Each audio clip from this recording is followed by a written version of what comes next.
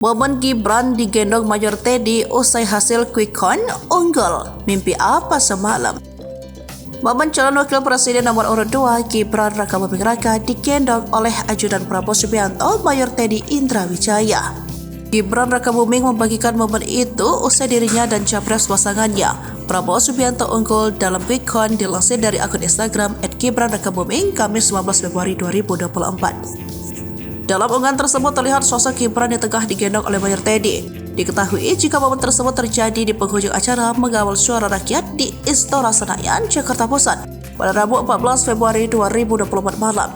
Saat itu Mayor Teddy yang mengenakan baju kemeja putih menggendong calon wakil presiden dengan nomor urut 2 tersebut dengan gagah berani.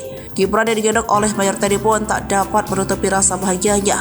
Mimpi apa semalam sampai digendong Mayor Teddy, tulis Gibran di Instagram Rabu 14 Februari 2024. Pasangan calon presiden dan calon wakil presiden nomor urut 2 Prabowo Subianto dan Gibran Rakabuming Raka unggul 58,73% dalam hitungan cepat. Sementara Litbang Kompas Rabu 14 Februari 2024. Data itu didapatkan dari hitung cepat Litbang Kompas pada pukul 9:21 menit. Sementara itu pasangan nomor urut 1 Anies Baswedan Muhaimin Iskandar mendapat 25,10%.